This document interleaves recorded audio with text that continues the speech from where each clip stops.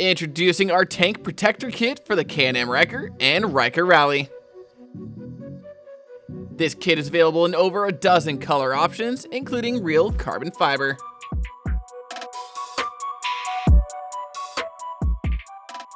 Today we'll be installing the raw carbon fiber on our shop Ryker to show you just how easy this is to do yourself. Now be sure to test fit the pieces first so you know where each one will go. Then clean the surface area with alcohol and a lint-free cloth.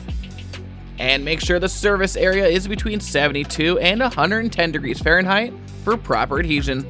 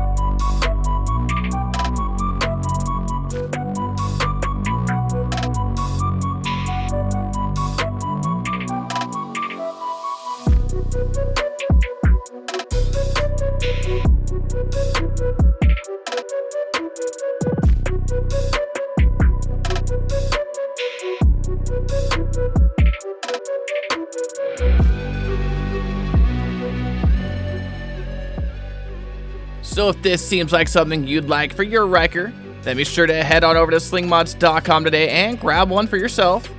And don't forget to like, subscribe, and hit that notification bell so I can keep you up to date on everything Ryker.